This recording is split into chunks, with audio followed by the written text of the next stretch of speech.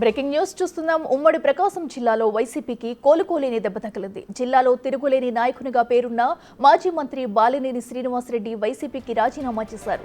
తన రాజీనామా లేఖను వైఎస్ జగన్ కు పంపారు. కొన్నాళ్లుగా ఆ పార్టీపై తీవ్ర అసంతృప్తి ఉన్న బాలినేని ఎట్టకేలకు ఆ పార్టీకి గుడ్ బై చెప్పేశారు.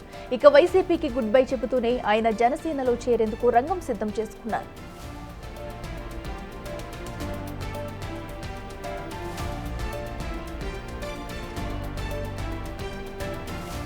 ఇక ఎప్పటి నుంచో ప్రచారం జరుగుతున్న వార్తలకు ఎట్టకేలకు నిజం చేశారు బాలినేని శ్రీనివాసరెడ్డి. జనసేనలో చేరేందుకు ముహూర్తం ఫిక్స్ చేసుకున్నారు. ఇవాళ జనసేన అధినేత పవన్ కళ్యాణ్తో భేటీ కానున్నారు బాలినేని. ఉదయం 11 గంటలకు డిప్యూటీ సీఎం పవన్ తో చర్చల తర్వాత తన నిర్ణయాన్ని అధికారికంగా ప్రకటించనున్నారు. ఇక బాలినేని బాటలోనే మరికొందరు ప్రకాశం జిల్లా వైసీపీ నేతలు కూడా జనసేనలో చేరుతున్నట్లు తెలుస్తోంది.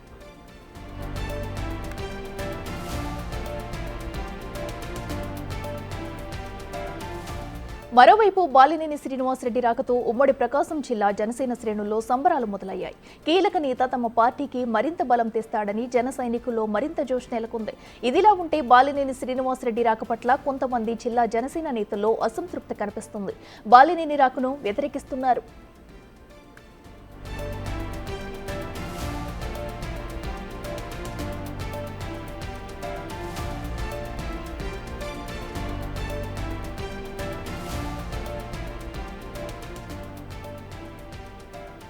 జనసేనలో బాలినేని చేరతనారని జిల్లా జనసేన అధ్యక్షుడు షేక్ రియాజ్ సైలెంట్ అయిపోయారు. మరోవైపు రియాజ్ ను సొంత జనసేన నేతలు వ్యతిరేకిస్తున్నట్లు సమాచారం.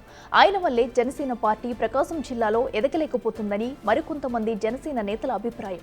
వీటన్నిటిపై జనసేన చీఫ్ ఏ విధంగా హ్యాండిల్ చేస్తారు, బాలినేనికి ఎలాంటి భరోసా, ఎలాంటి బాధ్యతలు అప్పగిస్తారనేది కాసేపట్లో క్లారిటీ రానుంది.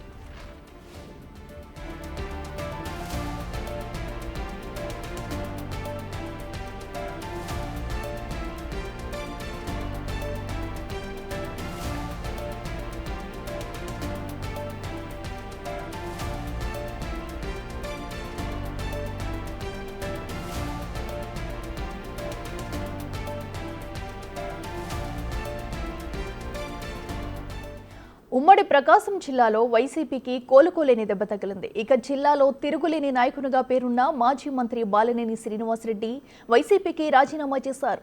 తన రాజకీయ లేఖను వైఎస్ జగన్ కు పంపారు. ఇక కొన్నాళ్లుగా ఆ పార్టీపై తీవ్ర అసంతృప్తి ఉన్న బాలినేని ఎట్టకేలకు ఆ పార్టీకి గుడ్ బై చెప్పేశారు. ఇక వైసీపీకి గుడ్ బై చెబుతూనే ఆయన జనసేనలో చేరేందుకు రంగం సిద్ధం చేసుకున్నారు.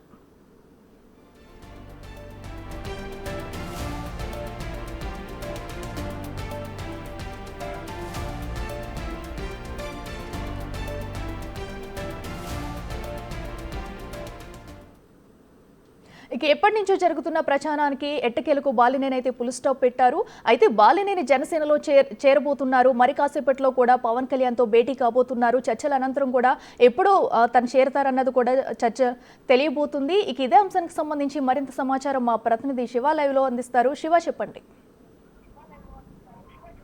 అయితే అఖిల మొత్తం మీద చూసుకుంటే ఎన్నో రోజులుగా ఉత్కంఠ రేపుతున్న ఎన్నికలకు ముందు నుంచి ఎన్నికల తర్వాత నుంచి కూడా బాలినేని పార్టీ మారతాడని చెప్పి విస్తృతంగా ప్రచారం జరుగుతున్న నేపథ్యంలో ఆ ప్రచారానికి తెరదింపుతూ బాలినేని శ్రీనివాసరెడ్డి వైఎస్ఆర్సీపీకి నిన్న సాయంకాలం రాజీనామా చేశారు. హైదరాబాద్ నుంచి ఆయన హుటాహుటిన ఒంగోలు వెళ్లారు. ఒంగోలులో ఈ రోజు ఉదయం ముఖ్యమైన నాయకులు కార్యకర్తలతో సమావేశం. అక్కడి నుంచి 9:30-10 గంటల సమయంలో ఒంగోలు నుంచి ఆయన అనుచరులతో ఏదైతే మంగళగిరి జనసేన పార్టీ కార్యాలయానికి వచ్చి పవన్ కళ్యాణ్తో భేటీ అవుతారు. ఇప్పటికే ప్రాథమికంగా నాగబాబుతో ఆయన చర్చలు జరిపినట్లు కూడా తెలుస్తా ఉంది. ఈ నేపథ్యంలో, ఈ చర్చల నేపథ్యంలో ఈ రోజు పవన్ కళ్యాణ్తో భేటీ, పార్టీలో చేరిక ఎప్పుడు చేరాలి ఏమిటి అనే దానికి సంబంధించి భవిష్యత్ కార్యాచరణ ప్రకటించే అవకాశం కనిపిస్తోంది. ఇక వైఎస్ఆర్సీపీకి ప్రకాశం జిల్లాకు సంబంధించి కోలుకోలేని దెబ్బ తగిలిందని చెప్పుకోవచ్చు. ఎందుకంటే అటువంటి నేతని ప్రకాశం జిల్లాలో వైఎస్ఆర్సీపీ తయారు చేసుకోవడం కానీ, లేకపోతే చేసుకోవడం కానీ, అటువంటి నేత మళ్ళీ రావడం కానీ సాధ్యమయ్యే పరిస్థితి లేదు. ఎందుకంటే గతంలో రాజశేఖర రెడ్డి విషయంలో కానీ, ఇప్పుడు జగన్మోహన్ రెడ్డి విషయం, ఇద్దరితో కూడా ఆయన అన్యూన్యంగా ప్రధానంగా చూసుకుంటే కనుక వారితో కలిసిమెలిసి రాజకీయాలు చేస్తూ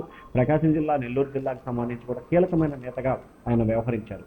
2 సార్లు రాజశేఖర టైంలో జగన్మోహన్ రెడ్డిలో మంత్రిగా పనిచేసిన బాలినేని జగన్ కూడా బంధువు అవుతున్న పరిస్థితి కనిపిస్తుంది. అయినప్పటికీ బాలినేని జగన్ తీరుతో వ్యవహార శైలిపై అసంతృప్తి, ఆగ్రహం వ్యక్తం చేసిన పరిస్థితి కనిపించింది. ఆయన రేఖ రాసిన తీరును మనం గమనిస్తే కనుక గత ప్రభుత్వం చేసిన తప్పిదాలను ఏలెత్తి చూపుతూ బహిరంగంగానే ఆయన విమర్శల వర్షాన్ని గుప్పించారు. మరికొద్ది సేపట్లోనే జనసేన అధినేత పవన్ కళ్యాణ్తో బాలినేని శ్రీనివాసరెడ్డి భేటీ అవుతారు. భేటీ తర్వాత ఎప్పుడు పార్టీలో చేరేది, తన రాజకీయ భవిష్యత్ ఏమిటి అనేది కూడా ప్రకటించబోతున్నారు. సో ఓవరాల్ గా చూసుకుంటే ప్రకాశం జిల్లాకు సంబంధించి కానీ వైఎస్ఆర్సీపీకి సంబంధించి కానీ బాలినేని రాజీనామా కోలుకోలేని దెబ్బగా భావించవచ్చు అఖిల.